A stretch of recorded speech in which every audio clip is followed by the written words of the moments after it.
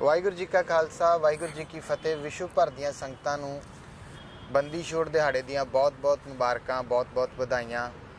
Programme ਇਤਿਹਾਸ ਤੇ ਪੰਨਿਆਂ ਵਿੱਚ ਅੱਜ ਅਸੀਂ ਬੰਦੀ ਛੋੜ ਦਿਹਾੜੇ ਨਾਲ ਸੰਬੰਧਿਤ ਗੁਰੂ ਹਰਗੋਬਿੰਦ ਮਹਾਰਾਜ ਜੀ ਦੇ ਜੀਵਨ ਦੇ ਉੱਤੇ ਚਰਚਾ ਕਰਾਂਗੇ ਤੇ ਸਮੁੱਚੀ ਇਸ ਚਰਚਾ ਦੇ ਵਿੱਚ ਸੰਗਤਾਂ ਨੂੰ ਜਾਣੂ ਕਰਵਾਉਣਗੇ ਸਿੰਘ ਸਾਹਿਬ ਗਿਆਨੀ ਅਮਰਿੰਦਰ ਸਿੰਘ ਜੀ। ਸੋ ਉਹਨਾਂ ਨਾਲ ਫਤਿਹ ਦੀ ਸਾਂਝ ਪਾਉਂਦੇ ਹਾਂ ਤੇ ਪ੍ਰੋਗਰਾਮ ਦੀ ਸ਼ੁਰੂਆਤ ਕਰਦੇ ਹਾਂ। ਸਿੰਘ ਸਾਹਿਬ ਜੀ, ਵਾਹਿਗੁਰੂ ਜੀ ਕਾ ਖਾਲਸਾ ਵਾਹਿਗੁਰੂ ਜੀ ਕੀ ਫਤਿਹ। ਬੰਦੀ ਛੋੜ ਦਿਹਾੜਾ ਅੱਜ ਵਿਸ਼ਵ ਭਰ ਦੀਆਂ ਸੰਗਤਾਂ ਸ਼ਰਧਾ ਸਤਿਕਾਰ ਦੇ ਨਾਲ ਮਨਾ ਰਹੀਆਂ ਨੇ। ਸੋ ਸਭ ਤੋਂ ਪਹਿਲਾਂ ਮੇਰਾ ਸਵਾਲ ਗੁਰੂ ਹਰਗੋਬਿੰਦ ਸਾਹਿਬ ਜੀ ਦਾ ਜਨਮ, ਬਚਪਨ ਅਤੇ ਉਸ ਸਮੇਂ ਪਰਿਵਾਰਕ ਹਾਲਾਤ ਜਿਹੜੇ ਆ ਉਹ ਕਿਵੇਂ ਦੇ ਸੀ, ਕੀ ਕੁਝ ਚੱਲ ਰਿਹਾ ਸੀਗਾ? ਦੇਸ਼ ਵਿਦੇਸ਼ ਦੇ ਵਿੱਚ ਵਸਦੀਆਂ ਹੋਈਆਂ ਸਮੁੱਚੀਆਂ ਹੀ ਗੁਰੂ ਨਾਨਕ ਨਾਮ ਲੇਵਾ ਸਿੱਖ ਸੰਗਤਾਂ ਨੂੰ ਬੰਦੀ ਛੋੜ ਦਿਵਸ ਦੀਆਂ ਲੱਖ-ਲੱਖ ਵਧਾਈਆਂ।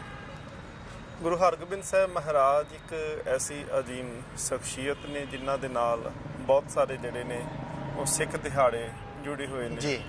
ਬਾਕੀ ਗੁਰੂ ਸਾਹਿਬਾਨਾਂ ਦੇ ਜਦੋਂ ਅਸੀਂ ਦਿਹਾੜੇ ਮਨਾਉਂਦੇ ਹਾਂ ਤੇ ਪ੍ਰਕਾਸ਼ ਦਿਹਾੜਾ, ਗੁਰਤਾ ਗੱਦੀ, ਸ਼ਹਾਦਤ ਜਾਂ ਜੋਤੀ ਜੋਤ ਦਿਵਸ, ਤਿੰਨ ਦਿਹਾੜੇ ਬਹੁਤੇ ਗੁਰੂ ਸਾਹਿਬਾਨਾਂ ਨਾਲ ਅਸੀਂ ਮਨਾਉਂਦੇ ਹਾਂ ਜੀ। ਗੁਰੂ ਹਰਗੋਬਿੰਦ ਸਾਹਿਬ ਮਹਾਰਾਜ ਪਾਤਸ਼ਾਹ ਜੀ ਦੇ ਨਾਲ ਪ੍ਰਕਾਸ਼ ਦਿਹਾੜਾ, ਮੀਰੀ ਪੀਰੀ ਦਿਵਸ, ਗੁਰਤਾ ਗੱਦੀ, ਸ਼੍ਰੀ ਅਕਾਲ ਤਖਤ ਸਾਹਿਬ ਦੀ ਸਿਰਜਣਾ, ਬੰਦੀ ਛੋੜ ਦਿਵਸ, ਜੋਤੀ ਜੋਤ ਦਿਵਸ, ਭਾਵ ਕਿ ਗੁਰੂ ਹਰਗੋਬਿੰਦ ਸਾਹਿਬ ਮਹਾਰਾਜ ਨਾਲ ਸੰਬੰਧਿਤ ਬਹੁਤ ਸਾਰੇ ਜਿਹੜੇ ਨੇ ਇਤਿਹਾਸਿਕ ਦਿਹਾੜੇ ਮਨਾਏ ਜਾਂਦੇ ਨੇ। ਸਤਿਗੁਰੂ ਗੁਰੂ ਹਰਗੋਬਿੰਦ ਸਾਹਿਬ ਮਹਾਰਾਜ ਜੀ ਦਾ ਪ੍ਰਕਾਸ਼ ਗੁਰੂ ਕੀ ਵਡਾਲੀ ਨਗਰ ਦੇ ਵਿੱਚ ਅੰਮ੍ਰਿਤਸਰ ਦੇ ਕੋਲ ਸਨ 1595 ਦੇ ਵਿੱਚ ਹੋਇਆ ਜੀ। ਸਤਿਗੁਰੂ ਮਹਾਰਾਜ ਜੀ ਦੇ ਪ੍ਰਕਾਸ਼ ਦੇ ਸਮੇਂ ਘਰੇਲੂ ਹਾਲਾਤ ਇਵੇਂ ਦੇ ਸੀ ਕਿ ਵੱਡੇ ਭਰਾ ਜਿਹੜੇ ਸਨ ਪ੍ਰਿਥੀ ਚੰਦ ਜੀ, ਉਹਨਾਂ ਨੇ ਮੁਖਾਲਫਤ ਵੀ ਕੀਤੀ। ਗੁਰੂ ਰਾਮਦਾਸ ਮਹਾਰਾਜ ਜੀ ਨੇ ਜਿਸ ਵੇਲੇ ਗੁਰਤਾ ਗੱਦੀ ਗੁਰੂ ਅਰਜਨ ਦੇਵ ਸੱਚੇ ਪਾਤਸ਼ਾਹ ਮਹਾਰਾਜ ਜੀ ਨੂੰ ਦਿੱਤੀ ਸੀ, ਉਸ ਵੇਲੇ ਮੁਖਾਲਫਤ ਕਰਦੇ ਨੇ ਜੀ। ਉਸ ਤੋਂ ਬਾਅਦ ਵਿੱਚ ਵੀ ਇਹਨਾਂ ਨੇ ਬਹੁਤ ਸਾਰੀਆਂ ਜਿਵੇਂ ਈਰਖਾ ਕੀਤੀਆਂ, ਕਈ ਤਰ੍ਹਾਂ ਦੇ ਐਸੇ ਕੰਮ ਕੀਤੇ ਜੋ ਇਤਿਹਾਸ ਵਿੱਚ ਦਰਜ ਨੇ ਕਿ ਜਿਨ੍ਹਾਂ ਦੇ ਵਿੱਚੋਂ ਪਤਾ ਲੱਗਦਾ ਸੀ ਕਿ ਗੁਰੂ ਸਾਹਿਬ ਨਾਲ ਉਹ ਕਿੰਨੀ ਕੁ ਈਰਖਾ ਕਰਦੇ ਸੀ ਜੀ। ਲੰਗਰਾਂ ਦੇ ਪ੍ਰਬੰਧ ਵੀ ਮਸਤਾਨੇ ਹੋ ਜਾਣੇ, ਜੋ ਸੰਗਤ ਨੇ ਪੇਟਾ ਲੈ ਕੇ ਆਉਣੀ ਉਹ ਆਪ ਰੱਖ ਲੈਣੀ ਤੇ ਸੰਗਤ ਨੂੰ ਗੁਰੂ ਸਾਹਿਬ ਜੀ ਦੇ ਲੰਗਰ ਵਿੱਚ ਭੇਜ ਦੇਣਾ। ਲੰਗਰ ਮਸਤਾਨਾ ਹੋਣਾ ਸ਼ੁਰੂ ਹੋ ਗਿਆ। ਇੱਥੋਂ ਤੱਕ ਕਿ ਸਮਾਂ ਇਸ ਤਰ੍ਹਾਂ ਦਾ ਵੀ ਆਇਆ ਕਿ ਗੁਰੂ ਅਰਜਨ ਦੇਵ ਮਹਾਰਾਜ ਜੀ ਦੇ ਲੰਗਰਾਂ 'ਚ ਕੇਵਲ ਮਿੱਸੇ ਪ੍ਰਸ਼ਾਦੇ ਹੀ ਜਿਹੜੇ ਸੀ ਚੱਲਦੇ ਰਹੇ, ਜਿੱਥੇ ਇਤਿਹਾਸ ਇਹ ਗੱਲ ਆਖਦਾ ਹੈ ਕਿ ਗੁਰੂ ਨਾਨਕ ਦੇ ਘਰ ਦਾ ਲੰਗਰ ਜਿਹੜਾ ਸੀ ਉਹ ਇਵੇਂ ਦਾ ਸੀ ਕਿ ਬਲਵੰਡ ਖੀਵੀ ਨੇਕ ਜਨ ਜਿਨ ਬਹੁਤੀ ਛਾਉ ਪਤਰਾਲੇ, ਲੰਗਰ ਦੌਲਤ ਵੰਡੀ ਰਸ ਅੰਮ੍ਰਿਤ ਖੀਰ ਕਿਆਲੀ, ਕਿ ਖੀਰ ਦੇ ਵਿੱਚ ਵੀ ਘਿਓ ਪਾ ਕੇ ਜਿਹੜਾ ਸੀ ਉਹ ਵੰਡਿਆ ਜਾਂਦਾ ਸੀ, ਪਰ ਉਸ ਵੇਲੇ ਸੁੱਕੇ ਪ੍ਰਸ਼ਾਦੇ ਸੰਗਤਾਂ ਨੂੰ ਦਿੱਤੇ ਗਏ।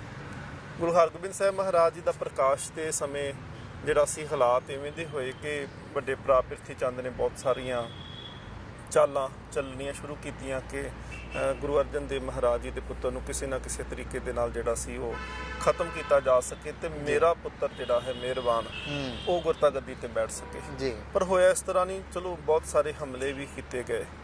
ਹਾਲਾਤ ਘਰੇਲੂ ਹਾਲਾਤਾਂ ਤੋਂ ਇਲਾਵਾ ਜਿਹੜਾ ਸੀ ਸਤਿਗੁਰੂ ਗੁਰੂ ਅਰਜਨ ਦੇਵ ਮਹਾਰਾਜ ਜੀ ਨੇ ਜਿਸ ਵੇਲੇ ਗੁਰੂ ਗ੍ਰੰਥ ਸਾਹਿਬ ਮਹਾਰਾਜ ਜੀ ਦੀ ਸੰਪਾਦਨਾ ਕੀਤੀ, ਜਿਹਨੂੰ ਆਦਿ ਬੀੜ ਆਖਦੇ ਆ, ਸਨ 1604 ਦੇ ਵਿੱਚ ਜੀ ਸਤਿਗੁਰੂ ਮਹਾਰਾਜ ਬੀੜ ਦੀ ਸੰਪਾਦਨਾ ਕਰਦੇ ਨੇ। ਤੇ ਇਸ ਸਮੇਂ ਤੋਂ ਬਾਅਦ ਵਿੱਚ ਜਿਹੜਾ ਸੀ ਜਿਹੜਾ ਹਿੰਦੁਸਤਾਨ ਦੀ ਸਰਕਾਰ ਸੀ ਉਸ ਵੇਲੇ, ਜਹਾਂਗੀਰ ਦੀ ਸਰਕਾਰ, ਜਿਹੜਾ ਇੱਕ ਬਹੁਤ ਹੀ ਕੱਟਰ ਕਿਸਮ ਦਾ ਰਾਜਾ ਹੋਇਆ ਉਸ ਵੇਲੇ ਦਾ, ਔਰ ਉਹਨੇ ਆਪਣੀ ਕਿਤਾਬ ਜਿਹੜੀ ਹੈ ਉਹਦੀ ਆਪਣੀ ਬਾਇਓਗ੍ਰਾਫੀ ਨਿੱਜੀ ਜੀਵਨ ਦੇ ਵਿੱਚ ਲਿਖਿਆ ਹੈ ਤੁਜ਼ ਕੇ ਜਹਾਂਗੀਰੀ ਜੀ। ਉਹਦੇ ਵਿੱਚ ਉਹ ਦੁਕਾਨੇ ਬਾਤਲ ਕਰਕੇ ਗੁਰੂ ਨਾਨਕ ਦੇ ਘਰ ਨੂੰ ਆਖਦਾ ਹੈ ਕਿ ਇਹ ਦੁਕਾਨੇ ਬਾਤਲ ਹੈ ਤੇ 3-4 ਪੀੜ੍ਹੀਆਂ ਤੋਂ ਜਿਹੜੀ ਚੱਲੀ ਆਉਂਦੀ ਝੂਠ ਦੀ ਦੁਕਾਨ ਇਹ ਬੰਦ ਹੋਣੀ ਚਾਹੀਦੀ ਹੈ।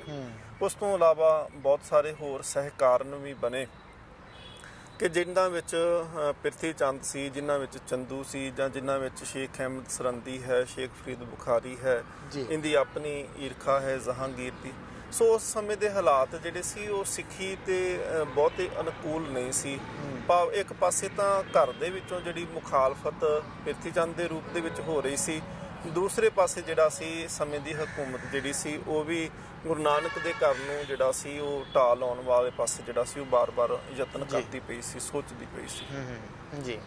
ਸੋ ਅਗਲੀ ਗੱਲ ਕਰੀਏ ਗੁਰੂ ਅਰਜਨ ਦੇਵ ਮਹਾਰਾਜ ਜੀ ਦੀ ਸ਼ਹਾਦਤ ਦਾ ਜਿਹੜਾ ਕਾਰਨ ਬਣਦਾ ਹੈ ਤੇ ਕਿਵੇਂ ਉਹ ਸਾਰਾ ਕੁਝ ਜਿਹੜਾ ਆ ਉਹ ਵਾਪਰਦਾ? ਜਿਵੇਂ ਆਪਾਂ ਹੁਣੇ ਵੀ ਗੱਲ ਕੀਤੀ ਹੈ ਕਿ ਗੁਰੂ ਅਰਜਨ ਦੇਵ ਮਹਾਰਾਜ ਜੀ ਦੀ ਜਿਹੜੀ ਸ਼ਹਾਦਤ ਹੈ ਜੀ ਉਹਦਾ ਕਾਰਨ ਇੱਕ ਨਹੀਂ ਬਣਦਾ, ਉਹਦੇ ਕਾਰਨ ਕਈ ਜਿਹੜੇ ਸੀ ਉਹ ਇਕੱਠੇ ਹੁੰਦੇ ਨੇ ਕਾਰਨ, ਜਿੰਦੇ ਵਿੱਚ ਪ੍ਰਿਥੀ ਚੰਦ ਦੀ ਆਪਣੀ ਈਰਖਾ ਹੈ, ਚੰਦੂ ਦੀ ਲੜਕੀ ਦਾ ਰਿਸ਼ਤਾ ਮੁੜ ਜਾਣਾ ਹੈ, ਜਾਂ ਸ਼ੇਖ ਅਹਿਮਦ ਸਰਹੰਦੀ, ਸ਼ੇਖ ਫਰੀਦ ਬੁਖਾਰੀ। ਸ਼ੇਖ ਫਰੀਦ ਬੁਖਾਰੀ ਜਿਹੜਾ ਜਿਹਨੂੰ ਮੁਰਤਜ਼ਾ ਖਾਨ ਦਾ ਖਿਤਾਬ ਜਿਹੜਾ ਸੀ ਜਹਾਂਗੀਰ ਦੇ ਦਰਬਾਰ ਦੇ ਵਿੱਚੋਂ ਦਿੱਤਾ ਗਿਆ ਸੀ, ਇਹ ਜਹਾਂਗੀਰ ਦੇ ਦਰਬਾਰ ਦੇ ਵਿੱਚ ਇੱਕ ਉੱਚੇ ਅਹੁਦੇ ਦੇ ਉੱਤੇ ਸੀ ਜੀ।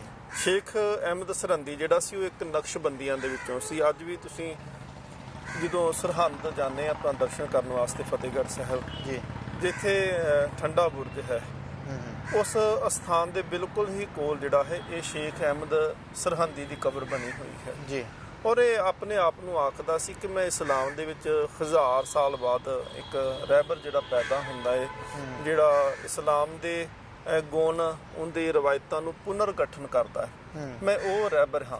ਪਰ ਗੁਰੂ ਅਰਜਨ ਦੇਵ ਮਹਾਰਾਜ ਜਾਂ ਗੁਰੂ ਨਾਨਕ ਦਾ ਘਰ ਜਿਹੜਾ ਸੀ ਉਹਦੇ ਇਸ ਝੂਠੇ ਫਲਸਫੇ ਦੇ ਵਿੱਚ ਜਿਹੜਾ ਸੀ ਬੜੀ ਵੱਡੀ ਰੁਕਾਵਟ ਸੀ। ਫਿਰ ਉਹ ਚਾਹੁੰਦਾ ਸੀ ਸ਼ੇਖ ਫੱਤਾ ਤਰਨਤਾਰਨ ਦੇ ਕੋਲ ਇੱਕ ਨਕਸ਼ਬੰਦੀਆਂ ਦਾ ਇਹ ਵੀ ਇੱਕ ਘਰਾਨਾ ਸੀ, ਔਰ ਸਿੱਖੀ ਦੇ ਨਾਲ ਬੜਾ ਇਹਨੂੰ ਜੋੜ ਕੇ ਦੇਖਿਆ ਜਾਂਦਾ। ਐਵੇਂ ਦੀਆਂ ਕਈ ਜਿਹੜੀਆਂ ਵਾ ਉਹ ਸਾਖੀਆਂ ਜੋੜੀਆਂ ਜਾਂਦੀਆਂ ਕਿ ਜਿਹੜਾ ਸ਼ੇਖ ਫੱਤਾ ਸੀ ਉਹ ਗੁਰੂ ਅਰਜਨ ਦੇਵ ਮਹਾਰਾਜ ਜੀ ਦਾ ਸਿੱਖ ਸੀ, ਮੱਝਾਂ ਚਾਰਦਾ ਸੀ, ਉਹਨੂੰ ਇੱਕ ਦਿਨ ਖੀਰ ਨਹੀਂ ਮਿਲੀ, ਰੁੱਸ ਕੇ ਚਲੇ ਗਿਆ, ਔਰ ਗੁਰੂ ਅਰਜਨ ਦੇਵ ਜੀ ਨੇ ਵਰ ਦੇ ਦਿੱਤਾ ਕਿ ਜੀ ਇਹ ਤੇਰੇ ਦਰ ਦੇ ਉੱਤੇ ਖੀਰ ਸਿੱਖ ਚੜਾਇਆ ਕਰਨਗੇ, ਜਦੋਂ ਉਹਨਾਂ ਦੀ ਮੱਝਾਂ ਨਵੀਆਂ ਸੂਇਆ ਕਰਨਗੀਆਂ ਤੇ ਉਹ ਖੀਰ ਲੈ ਕੇ ਇੱਥੇ ਆਇਆ ਕਰਨਗੇ।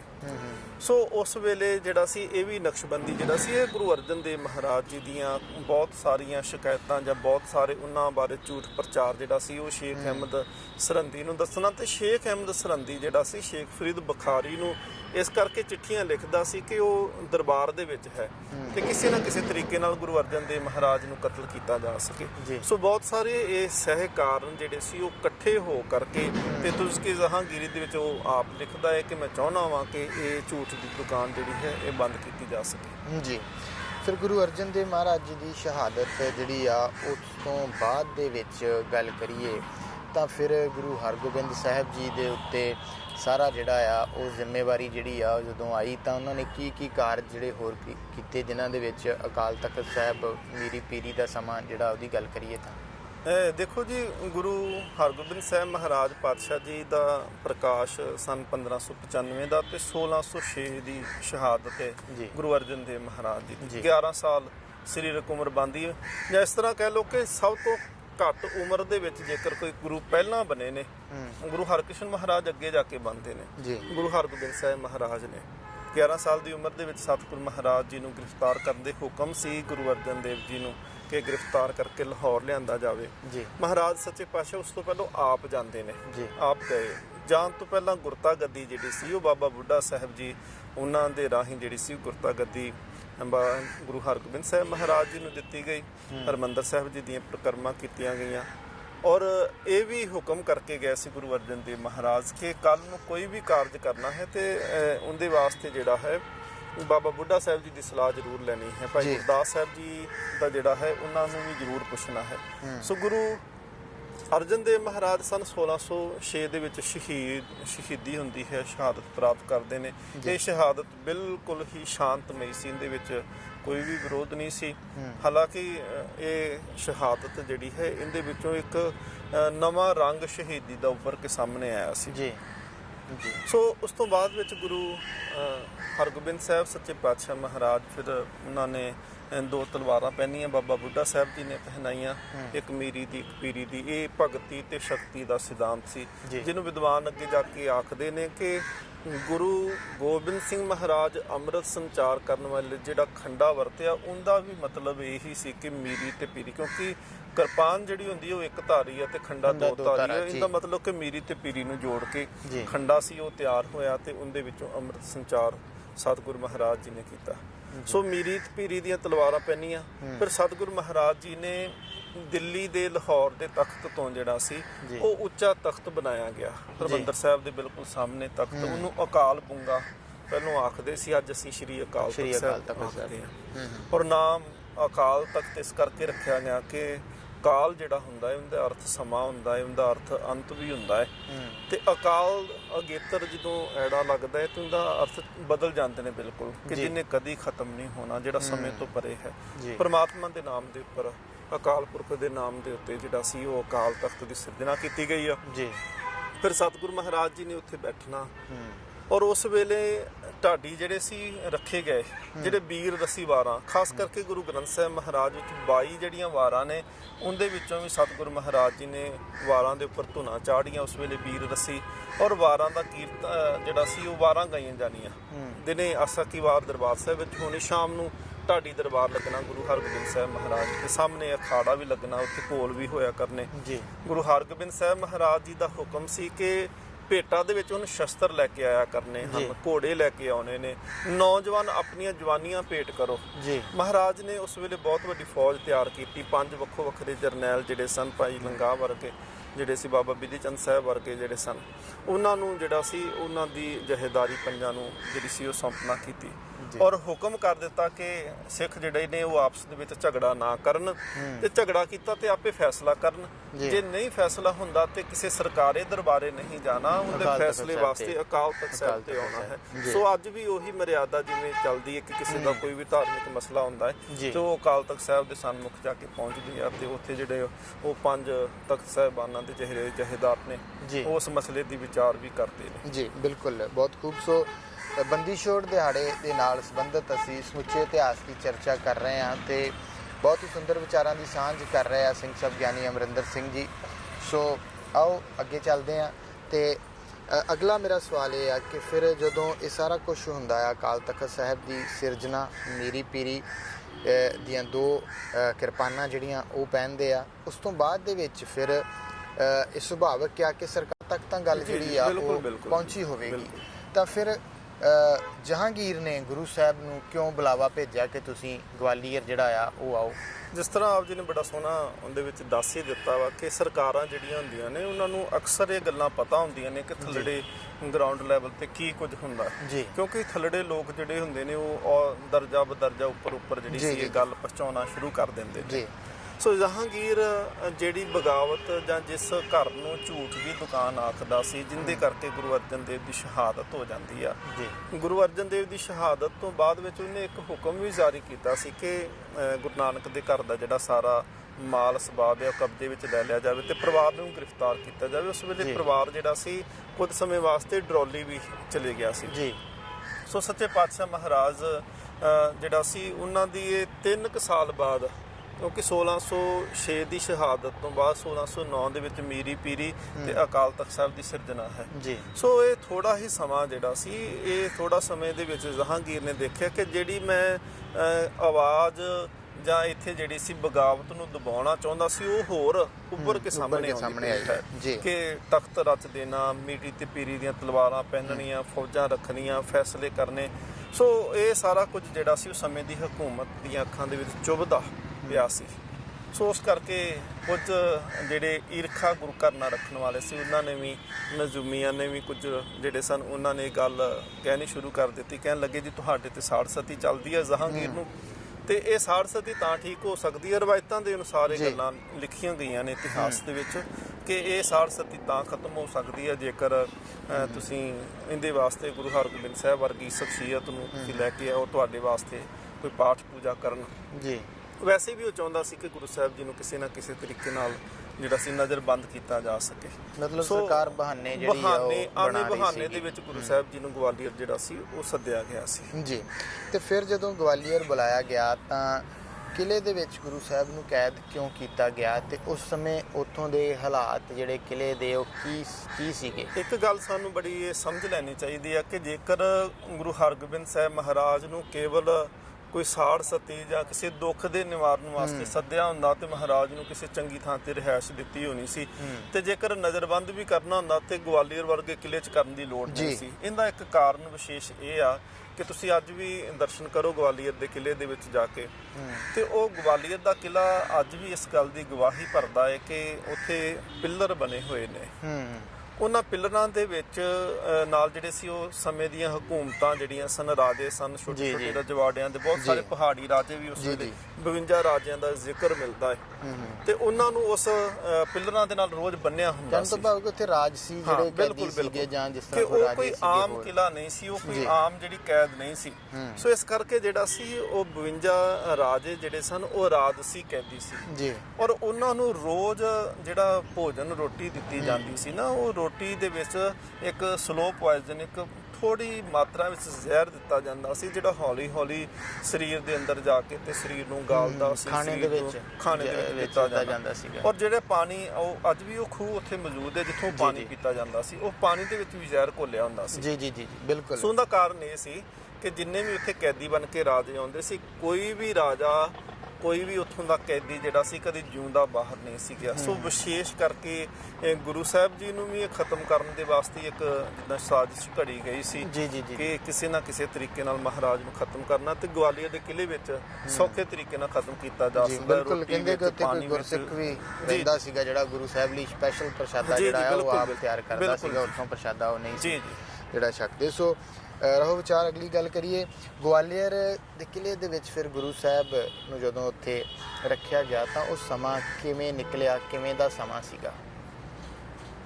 ਦੇਖੋ, ਜਿੱਥੇ ਤਾਂ ਗੁਰੂ ਹੋਵੇ ਉੱਥੇ ਤੇ ਆਨੰਦ ਹੀ ਹੁੰਦਾ ਜੀ। ਨਾਨਕ ਕੇ ਕਰ ਸਦਾ ਆਨੰਦ ਨਾ ਜੀ। ਅਸੀਂ ਜਿਵੇਂ ਆਨੰਦ ਸਾਹਿਬ ਪੜ੍ਹਦੇ ਆ ਕਿ ਆਨੰਦ ਪਿਆ ਪਿਆ ਨੀ ਮਾਏ ਸਤਿਗੁਰੂ ਮੈਂ ਪਾਇਆ, ਜਿੱਥੇ ਸਤਿਗੁਰੂ ਹੈ ਉੱਥੇ ਆਨੰਦ ਹੈ, ਉੱਥੇ ਦੁੱਖ ਕਲੇਸ਼ ਚਿੰਤਾ ਝੋਰੇ ਫਿਕਰ ਨਹੀਂ ਹੋ ਸਕਦੇ।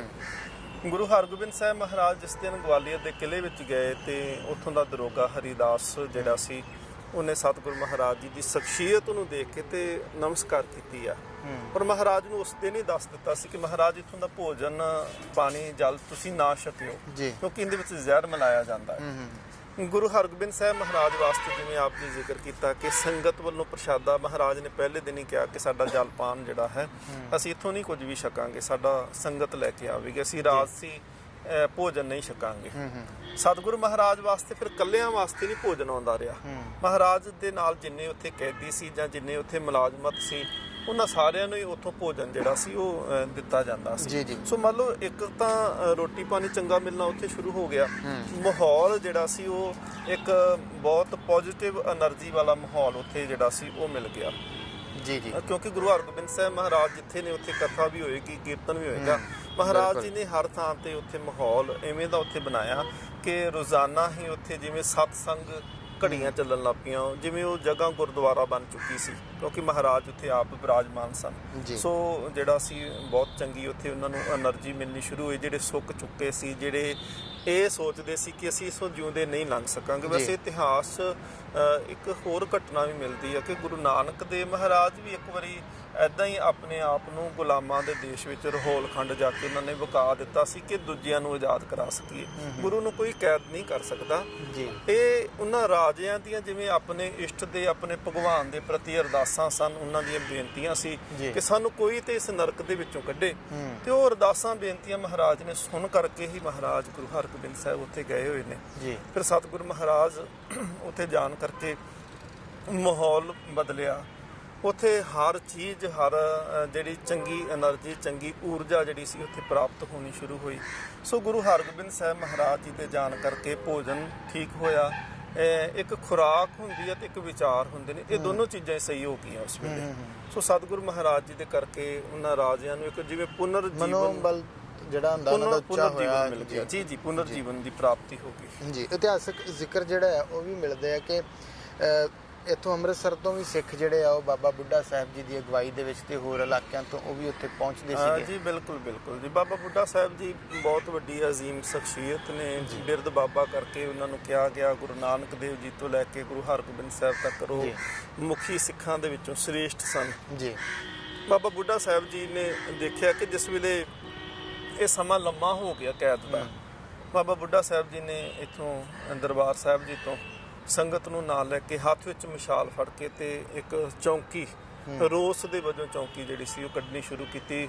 ਔਰ ਬਾਬਾ ਬੁੱਢਾ ਸਾਹਿਬ ਜੀ ਜਿਹੜੇ ਜਿਹੜੇ ਨਗਰਾਂ ਥਾਣੇ ਲੰਘਦੇ ਨੇ, ਸੰਗਤ ਨਾਲ ਹੋਰ ਜੁੜਦੀ ਆ ਹੈ ਜੀ, ਹੈ ਨਾ, ਕਿ ਸਾਥ ਮਿਲਦਾ ਗਿਆ, ਕਾਫਲਾ ਬਣਦਾ ਗਿਆ। ਉਹ ਫਿਰ ਕਾਫਲੇ ਦੇ ਰੂਪ ਦੇ ਵਿੱਚ ਕਾਫੀ ਲੰਮਾ ਜਿਹੜਾ ਸੀ ਪੈਂਡਾ ਕਰਕੇ ਪੰਜਾਬ ਦੀ ਧਰਤੀ ਤੋਂ ਜਾਂ ਅੰਮ੍ਰਿਤਸਰ ਦੀ ਧਰਤੀ ਤੋਂ ਗਵਾਲੀਅਰ ਤੱਕ ਪਹੁੰਚੇ ਨੇ।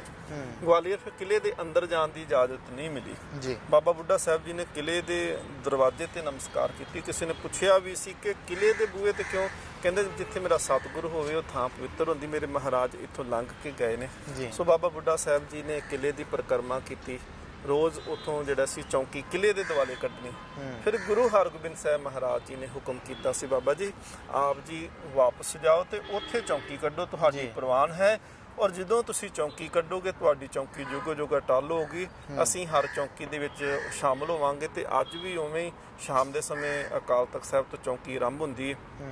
ਵੱਡੀ ਪਰਿਕਰਮਾ ਸਰੋਵਰ ਵਾਲੀ ਜਿਹੜੀ ਪਰਿਕਰਮਾ ਉਹ ਕੀਤੀ ਜਾਂਦੀ ਹੈ। ਔਰ ਅੱਜ ਵੀ ਜਿਵੇਂ ਗੁਰੂ ਸਾਹਿਬ ਜੀ ਦਾ ਹੁਕਮ ਹੈ ਕਿ ਅਸੀਂ ਹਾਂ ਬਿਲਕੁਲ ਬਿਲਕੁਲ ਜੀ, ਕਿ ਬਾਬਾ ਬੁੱਢਾ ਸਾਹਿਬ ਦੀ ਚੌਂਕੀ ਔਰ ਗੁਰੂ ਹਰਗੋਬਿੰਦ ਸਾਹਿਬ ਆਪ ਸ਼ਾਮਲ ਹੁੰਦੇ ਨੇ ਜੀ। ਗੱਲ ਕਰੀਏ ਫਿਰ ਗੁਰੂ ਸਾਹਿਬ ਜੀ ਦੀ ਉੱਥੋਂ ਜਦੋਂ ਰਿਹਾਈ ਹੁੰਦੀ ਆ ਤਾਂ ਫਿਰ ਕਹਿੰਦੇ ਆ ਕਿ ਜਦੋਂ ਅੰਮ੍ਰਿਤਸਰ ਪਹੁੰਚਦੇ ਆ ਤਾਂ ਸਿੱਖਾਂ ਨੇ ਬੜੀ ਖੁਸ਼ੀ ਇਸ ਚੀਜ਼ ਦੀ ਮਨਾਈ ਕਿ ਗੁਰੂ ਸਾਹਿਬ ਜਿਹੜੇ ਆ ਉਹ ਗਵਾਲੀਅਰ ਦੇ ਕਿਲੇ 'ਚੋਂ ਆਏ, ਜਿਸ ਦਿਹਾੜੇ ਨੂੰ ਅਸੀਂ ਅੱਜ ਮਨਾ ਵੀ ਰਹੇ ਹਾਂ। ਜੀ ਜੀ ਜੀ ਸਾਈਂ ਮੀਆਂ ਮੀਰ ਜਿਹੜਾ ਸੀ ਉਹਨਾਂ ਨੇ ਇੱਕ ਬਹੁਤ ਵੱਡਾ ਰੋਲ ਇਹਦੇ ਵਿੱਚ ਅਦਾ ਕੀਤਾ। ਉਹਨਾਂ ਨੇ ਜਹਾਂਗੀਰ ਜਿਹੜਾ ਸੀ ਉਹਨਾਂ ਨੂੰ ਬਹੁਤ ਮੰਨਦਾ ਸੀ ਇਸ ਗੱਲੋਂ ਕਿ ਉਹਨੇ ਇਹ ਗੱਲ ਆਖੀ ਸੀ ਕਿ ਤੁਸੀਂ ਖੁਦਾ ਦੇ ਨੂਰ ਨੂੰ ਕੈਦ ਕਰਕੇ ਕਦੀ ਸੁੱਖ ਨਹੀਂ ਭੋਗ ਸਕਦੇ। ਜਹਾਂਗੀਰ ਦੇ ਹਾਲਾਤ ਜਿਹੜੇ ਸੀ ਕੁਝ ਵਿਗੜਨੇ ਵੀ ਸ਼ੁਰੂ ਹੋਏ ਉਹਨਾਂ ਦਿਨਾਂ ਦੇ ਵਿੱਚ। ਤਾਂ ਜਹਾਂਗੀਰ ਨੇ ਸਾਈਂ ਮੀਆਂ ਮੀਰ ਜੀ ਨੂੰ ਪੁੱਛਿਆ ਤਾਂ ਉਹਨਾਂ ਨੇ ਕਿਹਾ ਸੀ ਕਿ ਗੁਰੂ ਹਰਗੋਬਿੰਦ ਸਾਹਿਬ ਨੂੰ ਜਿੰਨੀ ਦੇਰ ਤੱਕ ਤੁਸੀਂ ਰਿਹਾ ਨਹੀਂ ਨਾ ਕਰਦੇ ਤੁਹਾਡੇ ਹਾਲਾਤ ਇਵੇਂ ਦੇ ਹੀ ਰਹਿਣਗੇ। ਤੇ ਭਾਈ ਜੇਠਾ ਜੀ ਦਾ ਵੀ ਇੱਕ ਮਿਲਦਾ ਹੈ ਕਿ ਉਹਨਾਂ ਨੇ ਜਿਵੇਂ ਰਾਤ ਨੂੰ ਰੋਜ਼ ਸ਼ੇਰ ਬਣ ਕਰਕੇ ਜਿਹੜਾ ਸੀ ਉਹਦੇ ਕੋਲ ਪਹੁੰਚ ਜਾਂਦੇ ਸੀ ਤੇ ਉਹ ਬਹੁਤ ਡਰ ਗਿਆ, ਘਬਰਾ ਗਿਆ, ਜਿੰਦੇ ਕਰਕੇ ਉਹ ਬਹੁਤ ਬਿਮਾਰ ਰਹਿਣਾ ਸ਼ੁਰੂ ਹੋਇਆ। ਫਿਰ ਗੁਰੂ ਹਰਗੋਬਿੰਦ ਸਾਹਿਬ ਮਹਾਰਾਜ ਜੀ ਨੂੰ ਜਿਹੜਾ ਸੀ ਕਿਹਾ ਕਿ ਤੁਹਾਨੂੰ ਰਿਹਾ ਕਰਨ ਲੱਗੇ ਆ। ਮਹਾਰਾਜ ਨੇ ਕਿਹਾ ਸੀ ਸਾਨੂੰ ਕੈਦ ਵੀ ਕਿਸੇ ਨੇ ਨਹੀਂ ਕੀਤਾ, ਰਿਹਾਈ ਦਾ ਤੇ ਕੱਲ ਹੀ ਕੋਈ ਨਹੀਂ। ਕਹਿੰਦੇ ਕੀ ਚਾਹੁੰਦੇ ਹੋ ਤੁਸੀਂ? ਕਹਿੰਦੇ ਅਸੀਂ ਚਾਹੁੰਦੇ ਹਾਂ ਕਿ ਇਹ 52 ਰਾਜੇ ਜਿਹੜੇ ਕੈਦੀ ਆ ਨਾ ਇੱਥੇ, ਇਹਨਾਂ ਨੂੰ ਵੀ ਨਾਲ ਰਿਹਾ ਕਰੋ। ਸ਼ਰਤ ਰੱਖੀ ਗਈ ਕਿ ਤੁਹਾਡੇ ਚੋਲੇ ਦੀ ਕਲੀ ਜਿਹੜਾ ਫੜ ਕੇ ਬਾਹਰ ਆ ਜਾਏਗਾ ਉਹਨਾਂ ਨੂੰ ਰਿਹਾ ਕਰਾਂਗੇ। ਫਿਰ ਮਹਾਰਾਜ ਨੇ 52 ਕਲੀਆਂ ਵਾਲਾ ਚੋਲਾ ਜਿਹੜਾ ਸੀ ਉੱਥੇ ਬਣਵਾਇਆ, ਚੋਲਾ ਪਾਇਆ ਗਿਆ। 52 ਰਾਜੇ ਜਿਹੜੇ ਸੀ ਉਹਨਾਂ ਨੇ ਮਹਾਰਾਜ ਜੀ ਦੀਆਂ ਕਲੀਆਂ ਪਕੜੀਆਂ ਤੇ ਮਹਾਰਾਜ ਨੇ ਉਹਨਾਂ 52 ਨੂੰ ਦਾਤਾ ਬੰਦੀ ਛੋੜ ਹੈ, ਸਤਿਗੁਰੂ ਮਹਾਰਾਜ ਬੰਦੀ ਛੋੜ ਦਾਤਾ ਜੀ ਕਿਲੇ ਦੇ ਵਿੱਚੋਂ 52 ਕੈਦੀਆਂ ਨੂੰ ਰਿਹਾ ਕਰਕੇ ਆਏ। ਫਿਰ ਪੜਾ ਤੜ ਪੜਾ ਕਿਉਂਕਿ ਸੰਗਤਾਂ ਰਸਤੇ ਵਿੱਚ ਵੀ ਉਡੀਕਦੀਆਂ ਸੀ। ਦਰੋਗੇ ਦੇ ਘਰ ਮਹਾਰਾਜ ਸਭ ਤੋਂ ਪਹਿਲਾਂ ਗਏ ਨੇ ਗਵਾਲੀਅਰ, ਉਹਦੇ ਘਰੋਂ ਜਲ ਪਾਣੀ ਛਕਿਆ। ਫਿਰ ਮਹਾਰਾਜ ਰੌਲੀ ਵੀ ਗਏ ਸਾਈਂ ਦਾਸ ਦੇ ਕੋਲ, ਸਾਂਢੂ ਲੱਗਦੇ ਸੀ ਸਤਿਗੁਰੂ ਮਹਾਰਾਜ ਜੀ ਦੇ, ਉਹਨਾਂ ਦੇ ਕੋਲ ਜਾ ਕਰਕੇ ਵੀ ਕੁਝ ਸਮਾਂ ਰੁਕੇ ਨੇ। ਫਿਰ ਸਤਿਗੁਰੂ ਮਹਾਰਾਜ ਦੀਵਾਲੀ ਦਾ ਦਿਹਾੜਾ ਸੀ ਉਸ ਦਿਨ, ਮਹਾਰਾਜ ਅੰਮ੍ਰਿਤਸਰ ਦੀ ਪਾਵਨ ਧਰਤੀ ਤੇ ਪਹੁੰਚੇ ਔਰ ਗੁਰੂ ਹਰਗੋਬਿੰਦ ਸਾਹਿਬ ਮਹਾਰਾਜ ਜੀ ਦੀ ਆਉਣ ਦੀ ਖੁਸ਼ੀ ਵਿੱਚ ਸੰਗਤਾਂ ਨੇ ਦੇਸੀ ਘਿਓ ਦੇ ਦੀਵੇ ਜਿਹੜੇ ਸੀ ਉਹ ਜਗਾਏ। ਸੋ ਬਹੁਤ ਖੁਸ਼ੀ ਦਾ ਪ੍ਰਤੀਕ ਹੁੰਦਾ ਚਾਨਣ ਕਰਨਾ। ਸੋ ਇਸ ਕਰਕੇ ਸੱਚੇ ਪਾਤਸ਼ਾਹ ਮਹਾਰਾਜ ਜੀ ਦੇ ਪਹੁੰਚਣ ਦੀ ਖੁਸ਼ੀ ਦੇ ਵਿੱਚ ਅੱਜ ਦੇ ਦਿਹਾੜੇ ਨੂੰ ਬੰਦੀ ਛੋੜ ਦਿਵਸ ਦੇ ਨਾਲ ਜਿਹੜਾ ਸੀ ਉਹ ਮਨਾਇਆ ਜਾਂਦਾ ਹੈ। ਤੇ ਅੱਜ ਵੀ ਸ਼੍ਰੀ ਹਰਿਮੰਦਰ ਸਾਹਿਬ ਦੇ ਅੰਦਰ ਰਾਤ ਦੇ ਸਮੇਂ ਜਿਹੜੀ ਸੀ ਉਹ ਦੀਪਮਾਲਾ ਹੋਣੀ ਹੈ, ਆਤਿਸ਼ਬਾਜ਼ੀ ਵੀ ਜਿਹੜੀ ਉਹ ਕੀਤੀ ਜਾਵੇ।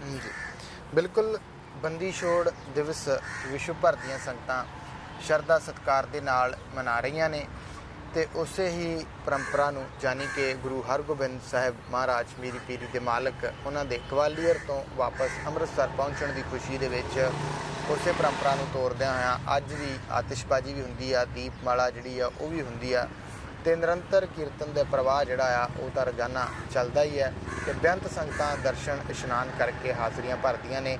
ਸੋ ਸਿੰਘ ਸਾਹਿਬ ਗਿਆਨੀ ਅਮਰਿੰਦਰ ਸਿੰਘ ਹੋਰਾਂ ਦਾ ਬਹੁਤ ਬਹੁਤ ਧੰਨਵਾਦ ਕਰਦੇ ਹਾਂ। ਸੰਗਤਾਂ ਨੂੰ ਸਮੁੱਚੇ ਇਤਿਹਾਸ ਦੇ ਨਾਲ ਉਹਨਾਂ ਨੇ ਜੋੜਿਆ ਤੇ ਬਹੁਤ ਹੀ ਵਡਮੁੱਲੀ ਇਤਿਹਾਸਕ ਜਾਣਕਾਰੀ ਸੰਗਤਾਂ ਦੇ ਨਾਲ ਸਾਂਝੀ ਕੀਤੀ। ਸੋ ਅੱਜ ਦੇ ਇਸ ਪ੍ਰੋਗਰਾਮ ਦਾ ਸਮਾਂ ਇੱਥੇ ਹੀ ਸਮਾਪਤ ਹੁੰਦਾ ਹੈ। ਭੁੱਲ ਚੁੱਕ ਦੀ ਖਿਮਾ ਇੱਥੇ ਹੀ ਆਗਿਆ ਚਾਹਾਂਗੇ। ਬੁਲਾਉਂਦੇ ਹਾਂ ਸਾਂਝੇ ਰੂਪ 'ਚ ਫਤਿਹ। ਵਾਹਿਗੁਰੂ ਜੀ ਕਾ ਖਾਲਸਾ, ਵਾਹਿਗੁਰੂ ਜੀ ਕੀ ਫਤਿਹ।